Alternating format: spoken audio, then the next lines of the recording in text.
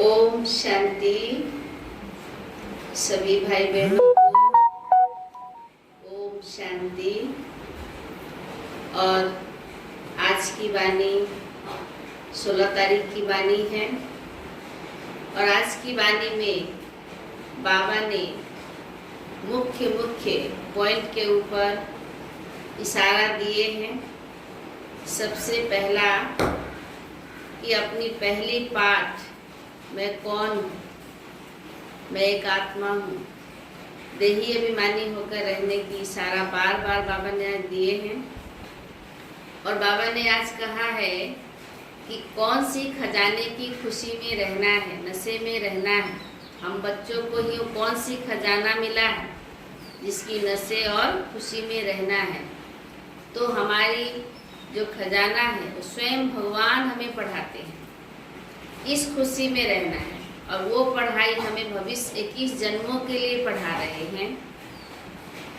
हम यहाँ पढ़ते हैं और भविष्य में इसकी प्रारब्ध मिलती है। फिर बाबा ने आज की मुरली में कहा कि जब हम शरीर छोड़ते हैं तो शरीर को कैसे छोड़ना है। बाबा की याद करते करते इस पुरानी शरीर को छोड़ देना है। और बाबा ने कहा कि एक बाबा दूसरा ना कोई। जब हम इस स्मृति में रहते हैं तभी विक्रम विनाश होंगे।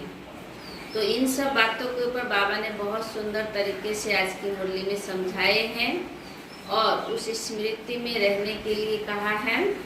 फिर बाबा ने कहा कि हमें अखंड महादानी परोपकारी बनना है, अपनी इच्छाओं को अविद्या करके। आज की वरदान में बाबा ने कहा। और फिर बाबा ने कहा कि ज्ञान में, गुणों में, धारणा में हमें सिंधु बनना है और स्मृति में हमें बिंदु बनना है।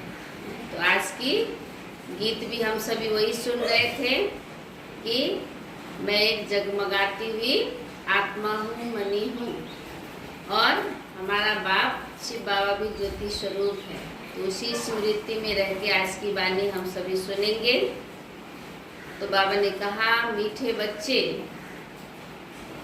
तुम्हारा पहला सबक पाठ है, मैं आत्मा हूँ, शरीर नहीं।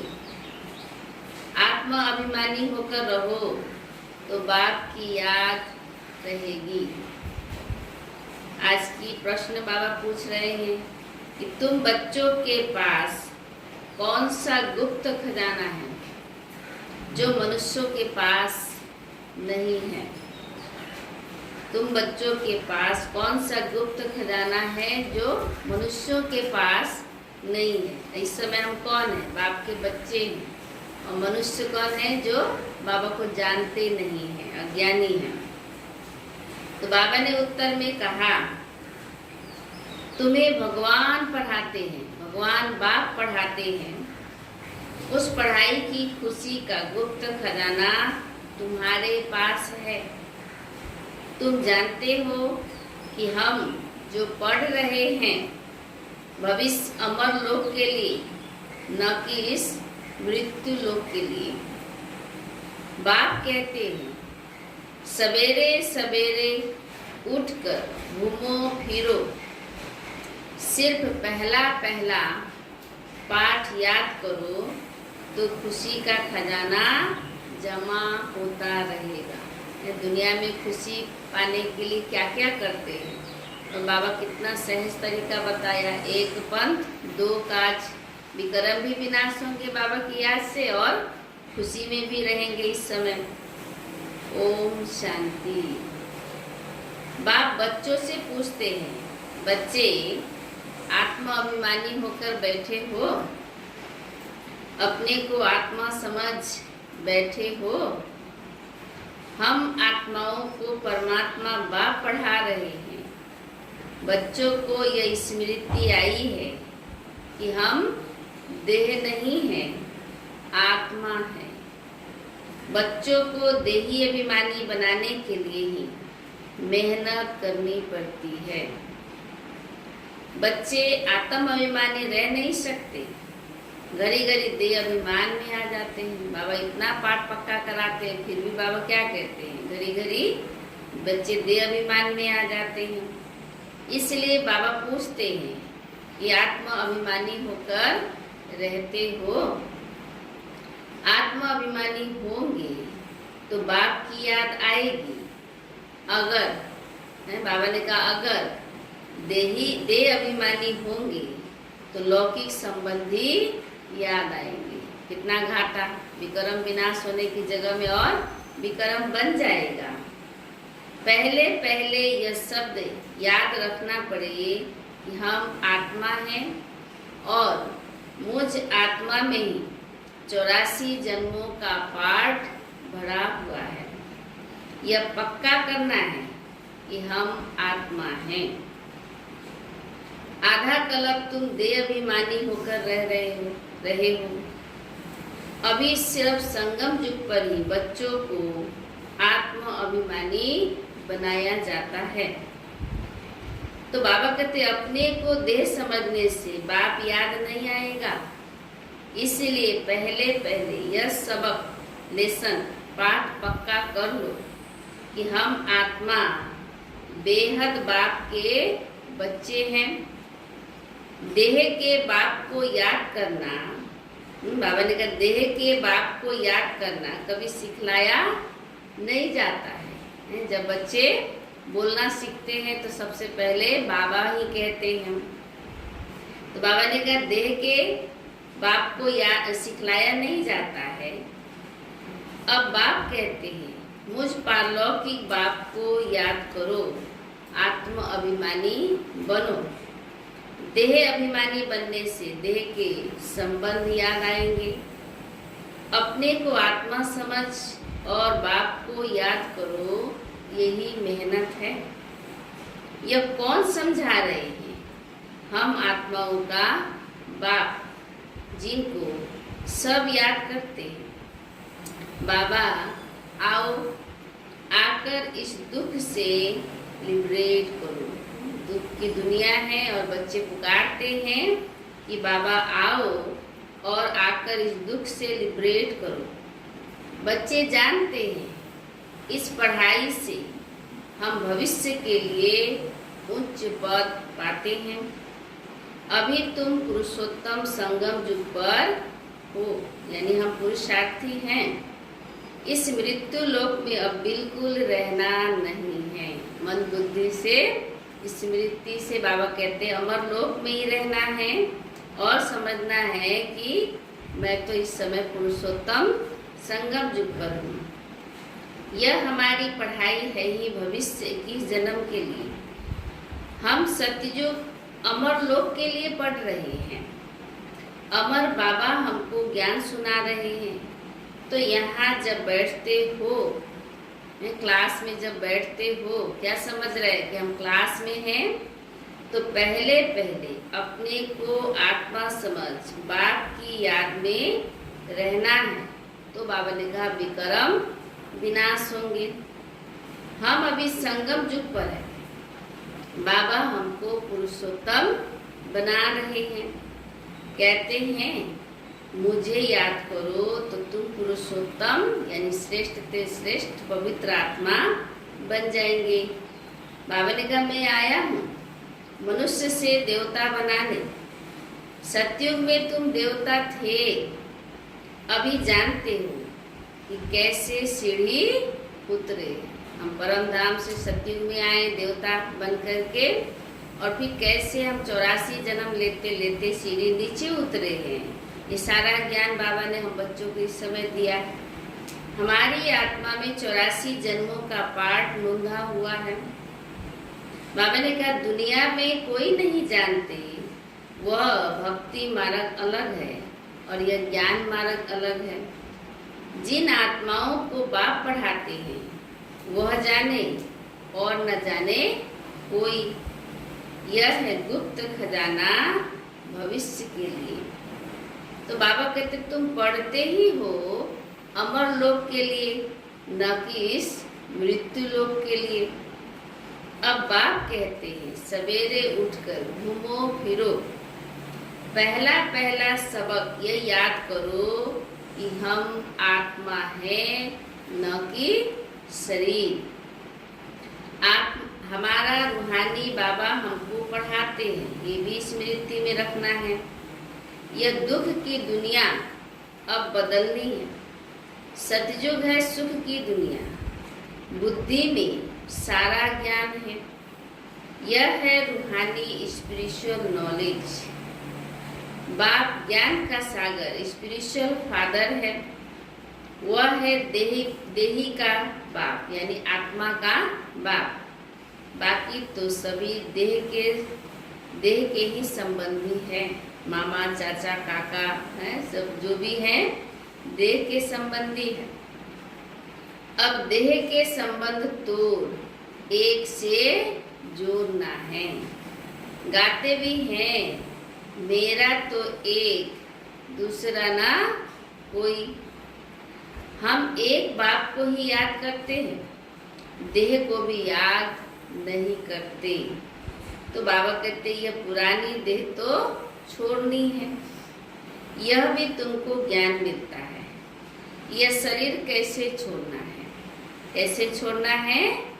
बाबा की याद में रहते रहते ही शरीर को छोड़ना है। बाबा ने कहा याद करते करते शरीर छोड़ देना है। इसलिए बाबा कहते हैं देही अभिमानी बनो, अपने अंदर घोटते रहो। दो बातें बाबा ने कहा, अपने अंदर घोटते रहो तो नशा चढ़ेगा। पहला बाप बीज को याद करना है और दूसरा झाड़ को, यानी सृष्टि के आदि मध्य अंत को याद करना है। बाबा कहते शास्त्रों में यह कल्प वृक्ष का वृतांत है। यह भी बच्चे जानते हैं कि हमको ज्ञान सागर बाप पढ़ाते हैं, कोई मनुष्य नहीं पढ़ाते हैं। यह पक्का कर लेना है। पढ़ना तो है ना, जितना पढ़ेंगे उतनी प्रारब्ध के लायक बनेंगे। सतयुग में भी देहधारी पढ़ाते हैं। बाबा ने कहा राज विद्या होगी, सतयुग में भी गुरु तो होंगे नहीं, लेकिन देहधारी टीचर पढ़ाते हैं। यह देहधारी नहीं है। यह कहते हैं मैं पुरानी देह का आधार ले तुमको पढ़ाता हूँ। कौन कहते हैं? बाबा। कल्प कल्प मैं तुमको ऐसे पढ़ाता हूँ, फिर कल्प के बाद भी बाबा ने कहा ऐसे ही पढ़ाऊंगा। सृष्टि के आदि मदन का ज्ञान सुना रहे। अब मुझे याद करो तो तुम्हारे विक्रम विनाश होंगे। बाबा ने कहा मैं ही पतित पावन हूँ, मुझे ही सर्वशक्तिमान कहते हैं। और खुद को क्या समझना है? हम बच्चों को बाबा कहते खुद को क्या समझना है कि मैं मास्टर सर्वशक्तिमान आत्मा हूँ। परंतु माया भी कम नहीं है, वो भी शक्तिमान है। कहाँ से गिराया है सोचो। अब याद आता है ना, 84 के चक्र का भी गायन है। यह मनुष्यों की ही बात है। बहुत पूछते हैं, बाबा ने कहा बाबा से बहुत पूछते हैं कि जानवरों का क्या होगा। बाबा कहते अरे यहाँ जानवर की तो बात ही नहीं है। बाबा हमेशा कहते जानवर बनना है क्या आपको? तो जानवरों की तो यहाँ बात ही नहीं है। बाप भी बच्चों से बात करते हैं। बाहर वाले तो बाप को जानते ही नहीं, तो वह क्या बात करेंगे? कोई कहेंगे हम बाबा से मिलने चाहते हैं। अब जानते तो कुछ भी नहीं है, बैठकर उल्टे सुल्टे प्रश्न करेंगे, लेकिन बाबा में तो निश्चय नहीं हो तो देह समझेंगे, देहधारी समझेंगे। बाबा ने कहा 7 दिन का कोर्स करने के बाद भी पूरा कुछ समझते नहीं हैं कि यह हमारा बेहद का बाप है। फट से निश्चय नहीं बैठता है। बाबा कहते जो पुराने भक्त हैं, जिन्होंने बहुत भक्ति की हुई है, उनकी बुद्धि में तो ज्ञान की सब बातें बैठ जाती है। जो बहुत भक्ति की है, पुराने भक्त हैं। भक्ति कम की होगी तो बुद्धि में ज्ञान भी कम बैठेगा, समझ नहीं आएगा जल्दी से। तुम हो सबसे जास्ती पुराने भक्त, शुरू के भक्त। गाया भी जाता है भगवान भक्ति का फल देने के लिए आते हैं। परंतु किसको यह थोड़े ही पता है, ज्ञान मार्ग और भक्ति मार्ग बिल्कुल ही अलग है। सारी दुनिया है भक्ति मार्ग में। बाबा ने कहा कोटों में कोई आकर के यह ज्ञान समझ के बाबा से पढ़ते हैं। समझानी तो बहुत मीठी है, 84 जन्मों का चक्र भी मनुष्य ही जानेंगे ना। तुम आगे कुछ भी नहीं जानते थे, शिव को भी नहीं जानते थे। शिव के मंदिर कितने ढेर हैं, शिव की पूजा करते, जल चढ़ाते, शिवाय नमः करते, क्यों पूछते? कुछ भी पता नहीं है। बाबा ने कहा लक्ष्मी नारायण की पूजा क्यों करते, वो कहाँ गए, ये भी कुछ भी पता नहीं है। न बाप के बारे में, न रचना, न रचयिता और न रचना के बारे में। भारतवासी ही है जो अपने पूज्य को बिल्कुल ही जानते नहीं। क्रिश्चियन जानते हैं कि क्राइस्ट फलाने संवत में आया, आकर के स्थापना की। शिव बाबा को कोई भी नहीं जानते। बाबा ने कहा पतित पावन भी शिव को ही कहते हैं, वही उच्च है ना।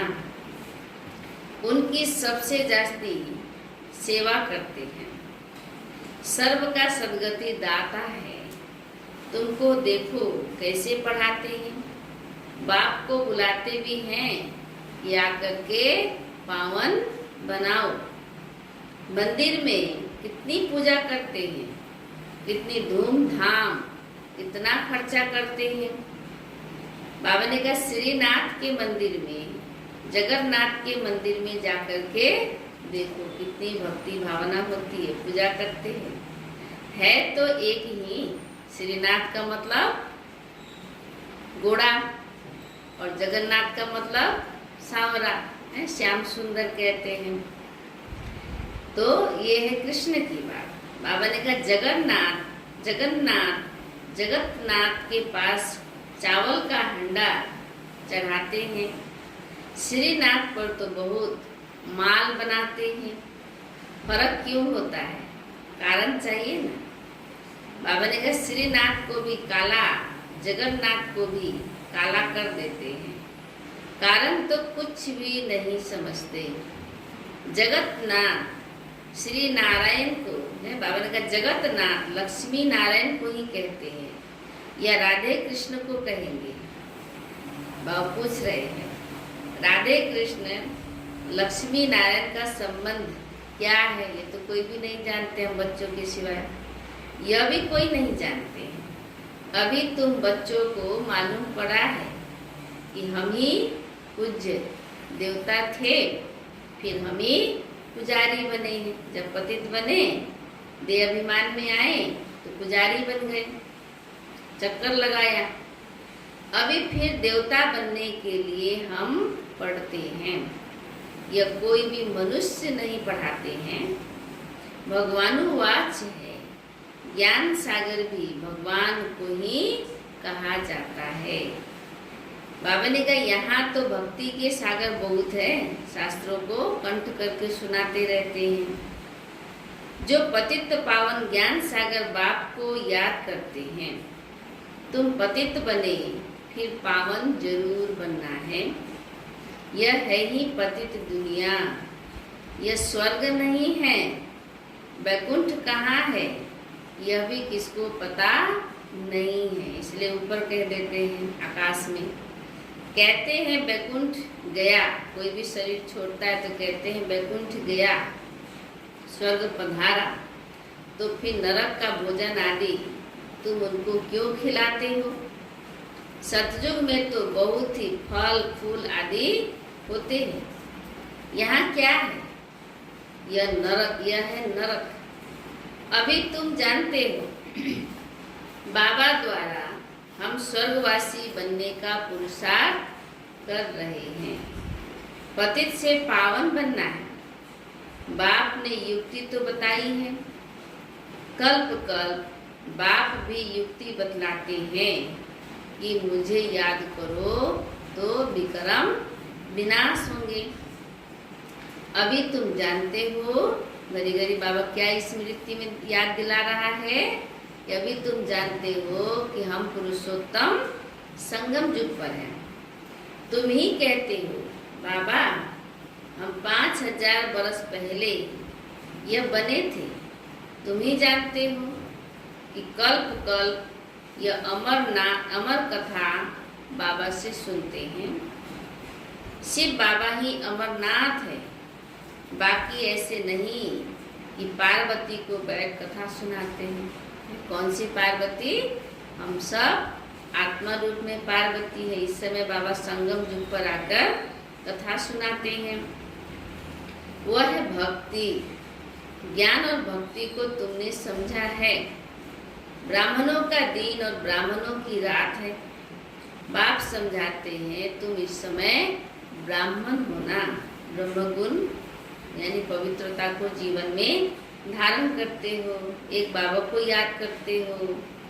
आदि देव भी ब्राह्मण ही था, देवता नहीं कहेंगे।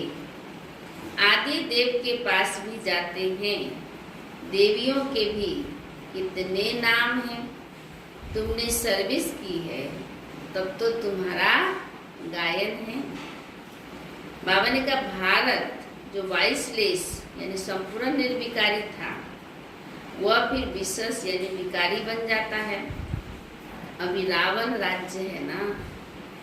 संगम युग पर तुम बच्चे अभी पुरुषोत्तम बनते हो। बाबा ने कहा इस समय तुम्हारे ऊपर बृहस्पति की अविनाशी दशा बैठती है, तब तुम अमरपुरी के मालिक बन जाते हो।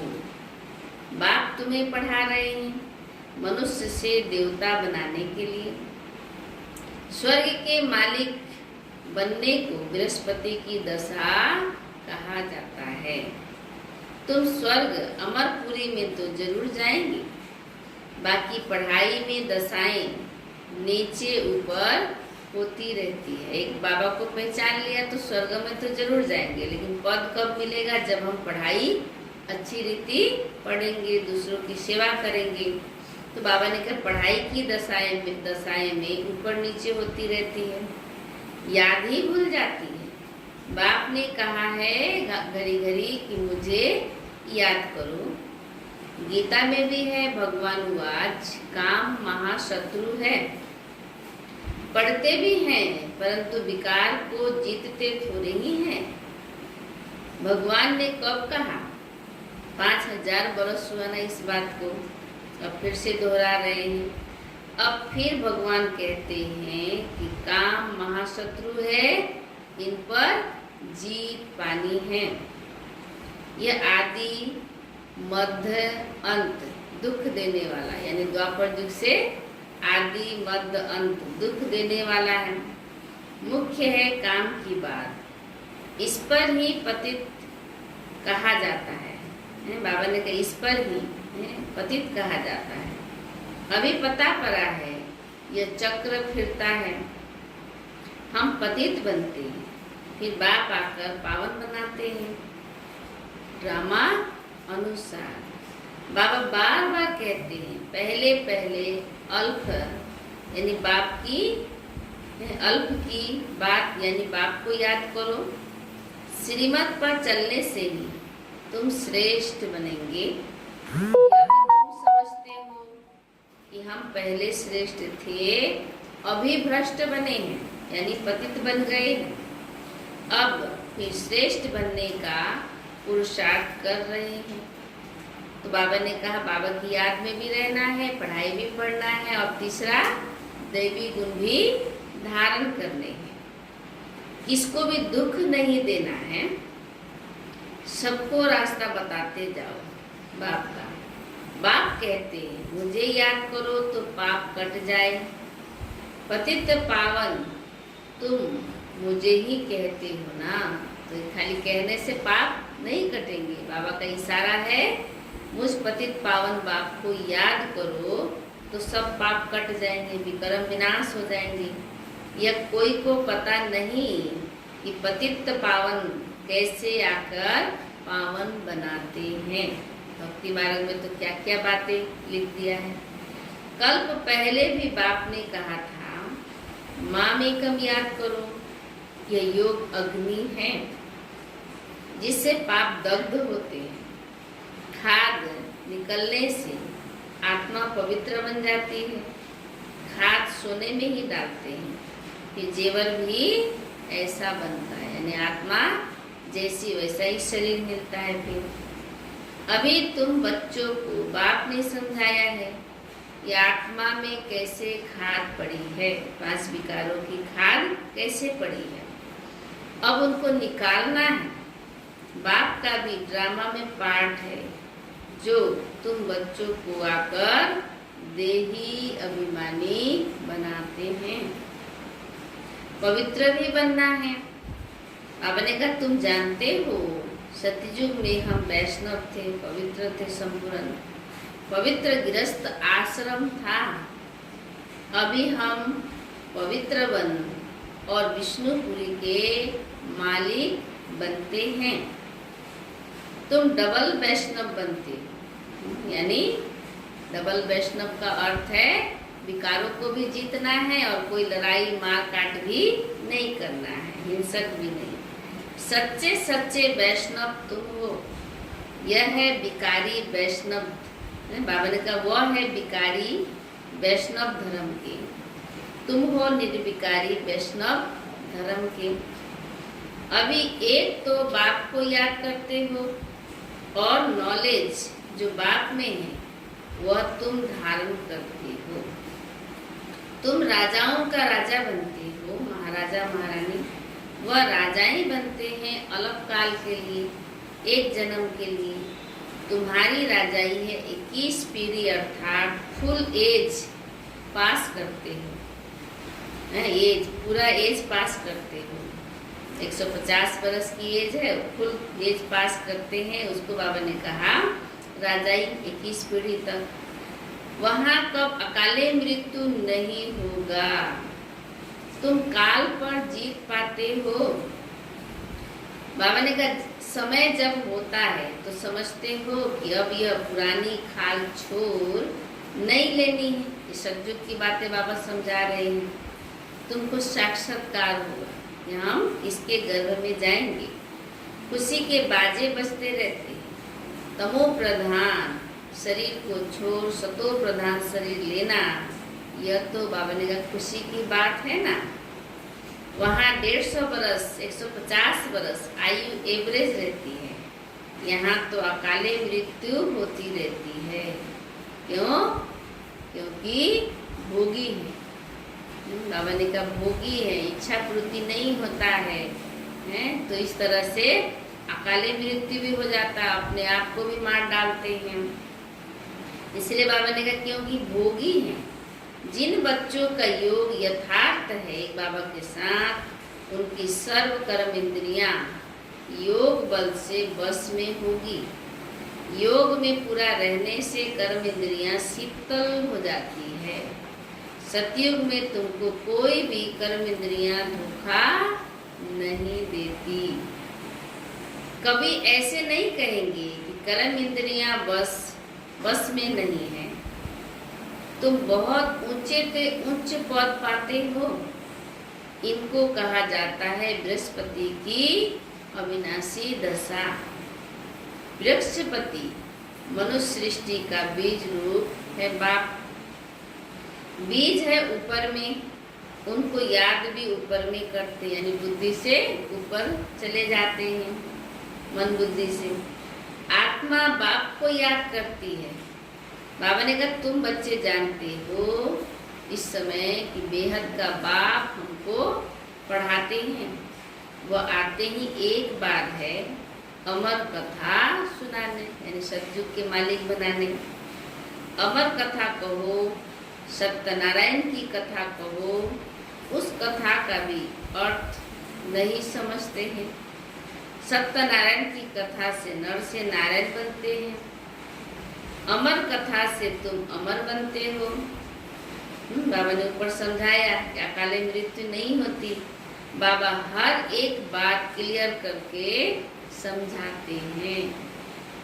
अच्छा मीठे मीठे शिखिल अधिक बच्चों प्रति माता पिता बाप दादा का याद प्यार और गुड मॉर्निंग।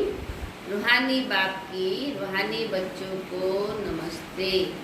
हम रूहानी बच्चों की रूहानी बाप दादा को याद प्यार गुड मॉर्निंग और नमस्ते नमस्ते नमस्ते। अच्छा, धारणा के लिए मुख्य सार। पहला पॉइंट बाबा ने कहा, योग बल से अपनी कर्म इंद्रियों को वश में करना है। एक वृक्षपति बाप की याद में रहना है। सच्चा वैष्णव अर्थात पवित्र बनना है। दूसरी पॉइंट, सवेरे उठकर पहला पाठ पक्का करना है कि मैं आत्मा हूँ, शरीर नहीं। हमारा रूहानी बाबा हमको पढ़ाते हैं, यह दुख की दुनिया अब बदलनी है। ऐसे बुद्धि में सारा ज्ञान सिमरन होता रहे। अच्छा, आज की वरदान बाबा ने कहा परोपकारी बनना है, अखंड दानी बनना। उसके लिए क्या करना है? पहले स्वयं के प्रति इच्छा मात्रम अविद्या बन, बाप समान अखंड दानी, खंडित नहीं होना चाहिए, दान देते ही रहो। अखंड दानी परोपकारी भव। स्वयं के प्रति इच्छा मात्रम अविद्या बन, बाप समान अखंड दानी परोपकारी भव। बाबा का ज्ञान दान कभी रुकता नहीं हम बच्चों प्रति। जैसे ब्रह्मा बाप ने स्वयं का समय भी सेवा में दिया, स्वयं निर्माण बन बच्चों को मान दिया, काम के नाम की प्राप्ति का भी त्याग किया। नाम मान शान सब में परोपकारी बने, अपना त्याग कर दूसरों का नाम किया, स्वयं को सदा सेवाधारी रखा, बच्चों को मालिक बनाया, स्वयं का सुख बच्चों के सुख में समझा। ऐसे बाप समान इच्छा मात्रम अविद्या अर्थात मस्त फकीर बन, अखंड दानी परोपकारी बनो तो विश्व कल्याण के कार्य में तीव्र गति आ जाएगी। केस और किस्से समाप्त हो जाएंगे। नाना प्रकार की केस और किस्से सुनने को मिलते हैं। बाबा ने कहा सब समाप्त हो जाएंगे जब हम ब्रह्मा बाप समान अखंड दानी परोपकारी बनेंगे।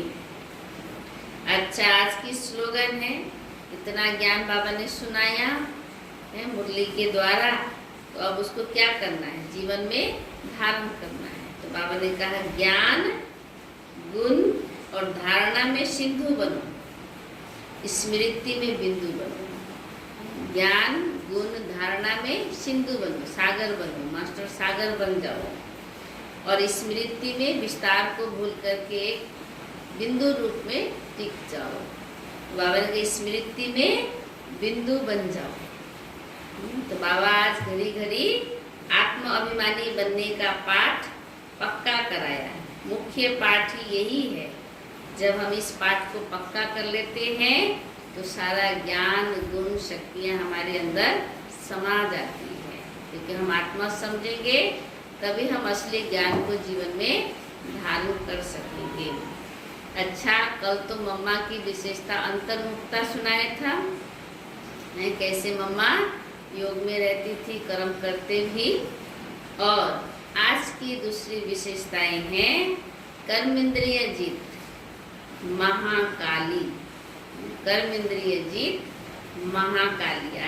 आज की मुरली में बाबा ने कहा इंद्रियों को वश में करना है।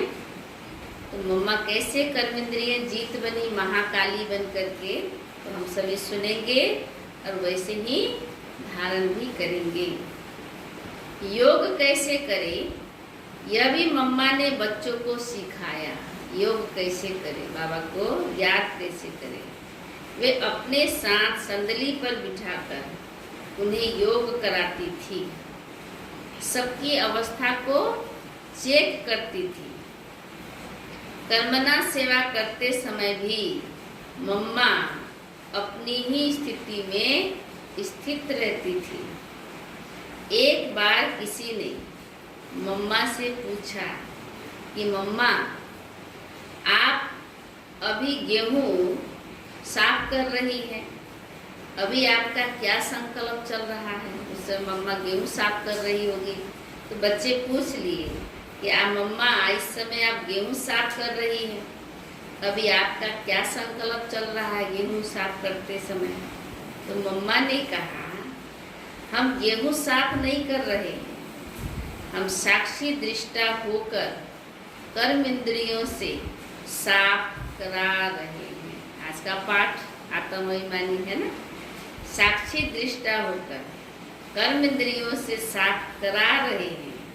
मैं नहीं कर रही हूँ, मैं यानी मैं आत्मा इस इंद्रियों से करा रही हूँ, हाथों से करा रही हूँ। मैं नहीं कर रही हूँ, करा रही हूँ।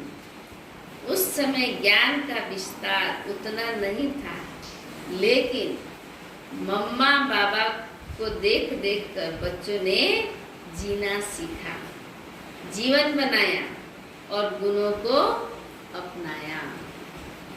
अच्छा, और आज एक नया बात हम ऐड करते हैं, अंतिम समय के नज़ारे।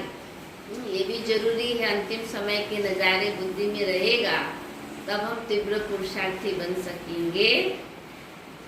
तो बाबा ने कहा संगम युग के अंतिम समय के नज़ारे, यह व्यक्त वाणियों से चुनी हुई कोटेशन है।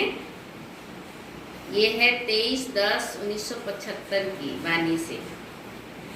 एक तरफ समाप्ति का नगारा तो दूसरी तरफ नई दुनिया का नज़ारा साथ साथ दिखाई देगा, दे ही रहा है। वहाँ ही विनाश की अति होगी और वहाँ ही जलमय के बीच चारों ओर विनाश का एक हिस्सा धरती और बाकी 3 हिस्सा तो जलमय होगी ना। या जो भी सभी पीछे पीछे अनेक धर्मों के कारण अनेक देश बने हैं, वो अनेक धर्म समाप्त होंगे। वो अनेक देश एक सैर गाह के रूप में जल के बीच एक टापू के मुआफिक हो जाएंगे। वहाँ सैर करने जाएंगे देवी देवताएं, है ना। जितने भी देश है वो एक टापू की तरह बन जाएंगे और वहाँ देवी देवताएं सैर करने जाएंगे। एक तरफ विनाश की अति के नगारे होंगे, शुरू हो गया है, और दूसरी तरफ बाबा ने आज उस राज को 1975 की वाणी में क्लियर कर रहे हैं कि एक तरफ तो विनाश के नगारे बुलंद होंगे, बजेंगे, और दूसरी तरफ फर्स्ट प्रिंस श्री कृष्ण के जन्म का आवाज बुलंद होगा, जिसके लिए इतना इंतजार कर रहे हैं। बाबा ने कहा जब अति विनाश के नगारे बजेंगे तभी श्री कृष्ण का जन्म का आवाज बुलंद होगा। वह पत्ते पर नहीं आएगा, लेकिन जलमय के बीच पहला पत्ता जो फर्स्ट आत्मा, उसके जन्म का चारों ओर आवाज प्रसिद्ध होगा कि फर्स्ट प्रिंस प्रत्यक्ष हो चुका है, जन्म हो चुका है। तो उसी समय का फर्स्ट आत्मा के जन्म की जय जयकार होगी। यह है अंतिम समय के नज़ारे। अच्छा, ओम शांति। तो सभी मुरली सुनते हैं, मैं आशा करती हूँ सभी मुरली सुन करके और लाइक भी कर रहे होंगे, शेयर भी कर रहे होंगे और सब्सक्राइब भी कर रहे होंगे। आप जितना सब्सक्राइब करेंगे उतना फायदा है हम बच्चों के लिए कि हम आगे भी साइंस के साधनों से सेवा कर सके यूट्यूब में लाइव सुना सके, उसके लिए सब्सक्राइबर की ज़रूरत है। अच्छा, सभी को बहुत बहुत धन्यवाद मुरली सुनने के लिए, और मुरली को सुन के मनन करके जीवन में धारण करना है। ओम शांति। और मनसा सेवा भी करते रहना है। चलिए, इस समय हम बाबा की याद में बैठते हैं। बाबा तो आज आत्माभिमानी बनने का पाठ पक्का।